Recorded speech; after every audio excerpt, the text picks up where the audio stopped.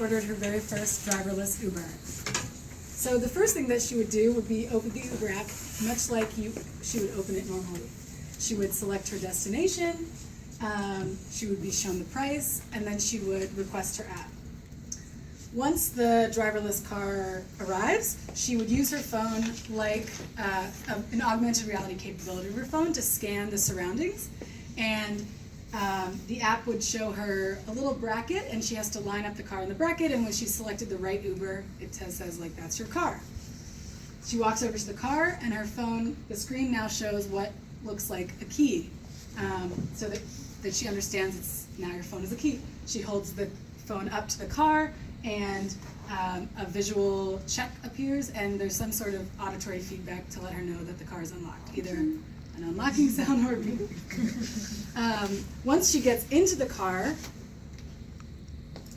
senses that she sat down, and now her phone functions primarily as a remote control to control the other displays that are in the car. And these displays will take the place of the windshield and the side windows. The seatbelt light will flash until she's buckled her seatbelt, and a notification up here would tell her the car is not going to start until you buckled your seatbelt. Once she's buckled, the windshield will tell her it's okay to go, and the car will start to move. All of the internal controls, so heat, volume, are all sort of in the standard place where you would find them. So maybe they're a screen, but they are on the side, what is it called? Armrests. The main display shows her route, her estimated time of arrival, her destination, the temperature, and some other basic information about what's going on in the car. As you can see here, there will be music playing. Amanda has given Uber access to certain apps that she has on her phone, and so she has chosen to give access to Spotify. So the Spotify that was playing on her phone when she called the Uber is now playing through the speakers. The side displays would be used for one of two things. One, they could be used for entertainment. So they could either be whatever.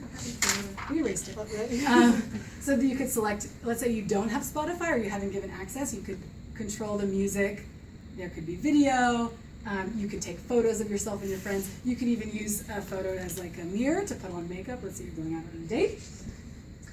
You can also control all these things from the remote control of the app. So that's where the redundancy is. If you're more comfortable handling sort of controls via the app, your phone, once you're in the car, serves that function primarily.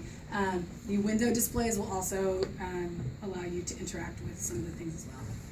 And similarly to what you said, one of the windows also has the option to have an augmented reality overlay. So as you're driving, I could say set my preferences, like I like museums and sushi, and I want you to tell me every time we pass one of those things. I'm new to the city, so it could tell you what you're passing. Additionally, this could be helpful if, say, you're going to a place you've never been. Like, let's say you're going to a doctor's office and you call an Uber, you don't know what the building looks like, you pull up, there's just like a row of buildings and you're not sure which building is right.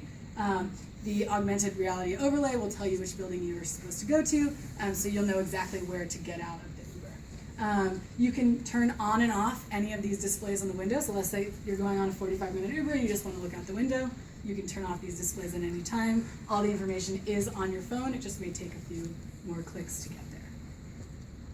Just a couple of other things to add. So we were talking about the main display. If you're sitting in the back seat, you would have the main display show up in the back of the front seat, and if you're in the front seat, you would see it on the windshield. There's another thing too, as far as the question of like, how do you control if you want to like go to the curb or if you want to go a little bit farther down the block than you've asked it to initially. On your phone, you could see a display of the map and select where on the map you want to go.